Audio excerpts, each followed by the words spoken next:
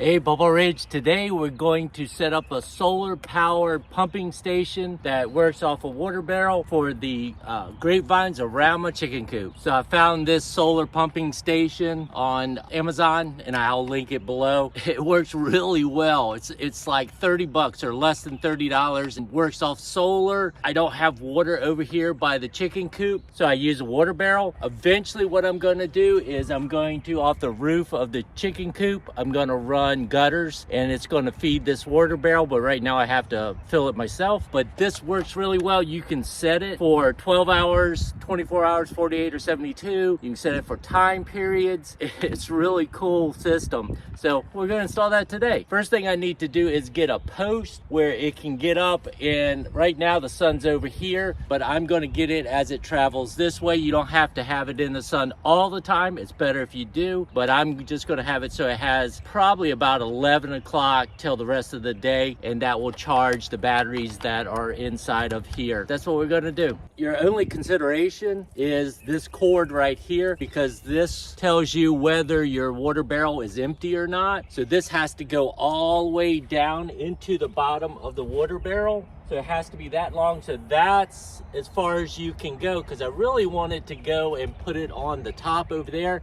I'm not sure that I can. I'll check that out one more time to see if I can do it. That's a consideration. And your pumping station needs to be above the height of your water barrel.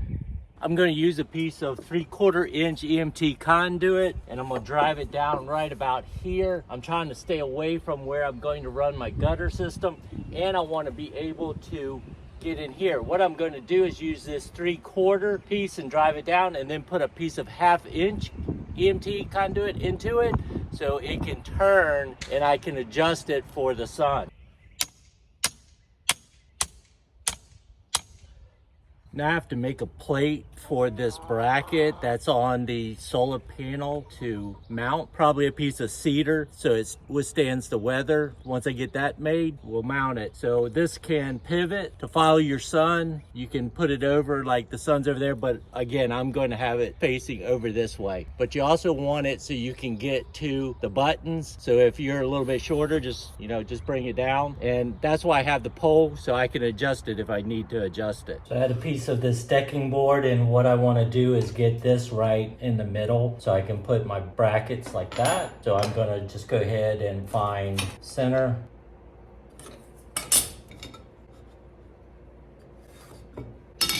And then I need 1 inch on each side after that. Down 1 inch.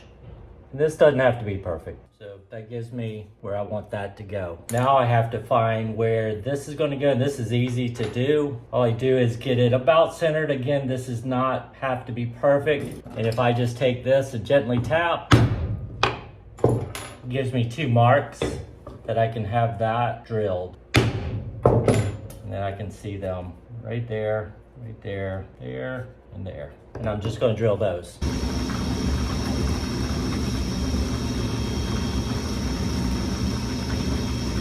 So I'm going to keep the pretty side out. So I'm going to use this side to put where the thing's going to go. And it doesn't carry a ton of weight, so I'm just going to simply put these little screws in, going in between it.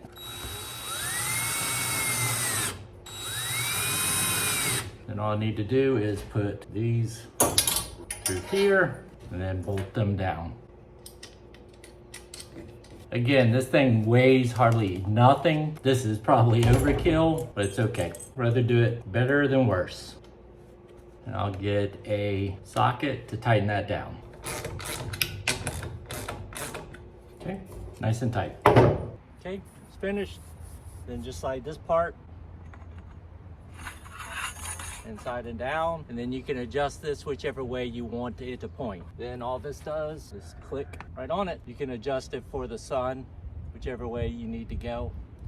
So this is the thing that lets you know if your water is getting too low, because this and this, if it goes past this point, then it sets off a signal because you don't have a contact between the two. So you have to put this in your barrel about that much from the bottom, so you know when you have about that much water in it. And then this, the other end of that, plugs into the bottom of your unit right to this. So I'm gonna go ahead and connect that together.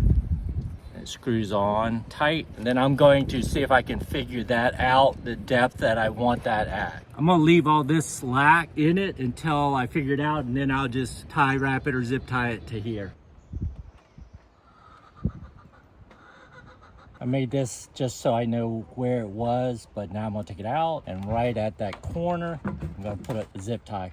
And I can always adjust that. The two sensors goes down in this hole, and that's where the other tubing is gonna actually come out. And I have this, which this is called a bung. I'll just shove in there and it'll hold it tight. You have two sides to your pump, and one's an out, one's an in. The in that comes in comes from this little filter thing that hangs in your tank. Now what you wanna do is your wires that hang in the tank, this hangs all the way down into the tank that we talked about. You want this at least either in the middle of this or a little bit lower. So all you do is find out this length and then make your tube stop the same space that would hang in the tank there, and this is going to hang right even with it. So I'm gonna take the top off.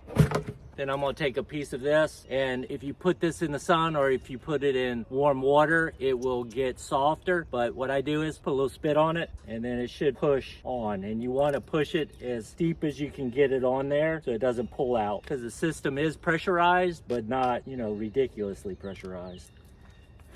See, like that. Then I'm gonna take where these wires are, put that in the middle like that, and pull it. So I hit that where that tie wrap is, or that zip tie.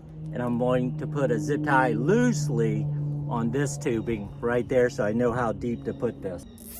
Just loosely. You don't want to crimp it off because then you won't get any water flow. So put a zip tie on that, and I'm going to feed this through the hole because this is going to go to the pump. And then I'll just pull that and then pull it right until I get that tie wrap through the top. And then I know that's how long it's going to hang in the tank. Put that in, get this back on. Then put the sensor wires back in, and then put this bung to hold it in place. Now what I need to do is take and find a length, and I put a little extra just in case I have to change things, but I need to take and cut this. From here you go into the end so you can pump.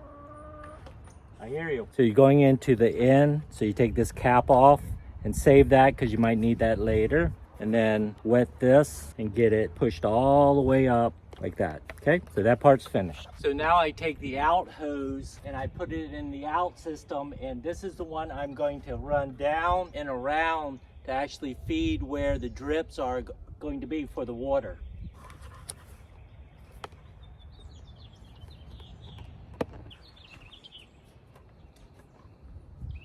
Going to make this corner. Again, don't cinch these down super tight, you'll cut off the water, but you do want it a little bit snug. So this is where I'm going to make my first junction of water, and I have 3 plants right here, so I have to drop 3 different drops right there. So those are the 2 different emitters you can use, and here are the T's, and I'm gonna go ahead and hook this up to make it easier. And all you do is just slide it over that first part like that. And since this is gonna be a jumper, I just cut that off, put another one in like that, and then one more, because there's 3 plants right there. And that's gonna come into the main line, okay? So you have that, and then they're gonna come off and go to the plants, and I'll show you that. So you can see how I did these 3 drops, and at the end of each drop, it has an emitter. So I dropped 3 here because I have 3 plants. Okay, so now here's my 3 plants and my 3 drops.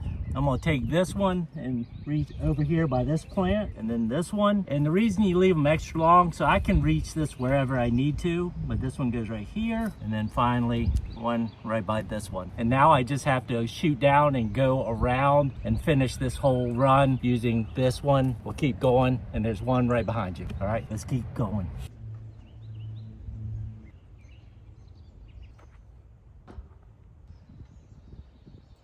So here's how you turn it on and off. Right now it's at, does twice a day for 5 minutes, and I just put it there so I could show you. Here's the mode to change the different things like that, but let's go to the end. So you can see the emitters are dripping, and this is the first one in the line. If you look down here, it's dripping the same amount. And then if we go all the way to the end, which is on this side, It goes all the way around the coop, and this is at the very, very end, and it's doing the same amount of drip right there.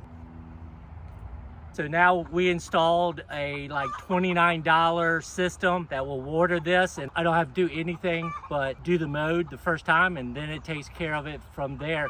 But it feeds off that water barrel, so eventually I have to get a source to feed into the water barrel. It goes all the way down this side and then comes down back around. It goes around the whole coop, feeding all these different vines that I have. I have grapevines and I also have gooseberries that's around it. It's a great, cheap way to go, and it really works because I have 2 of them now, getting ready to put another 3rd one in. So I really like it. Check it out and let me know what you think. All right, have a great day. Hey, if you liked the video, check out some of these.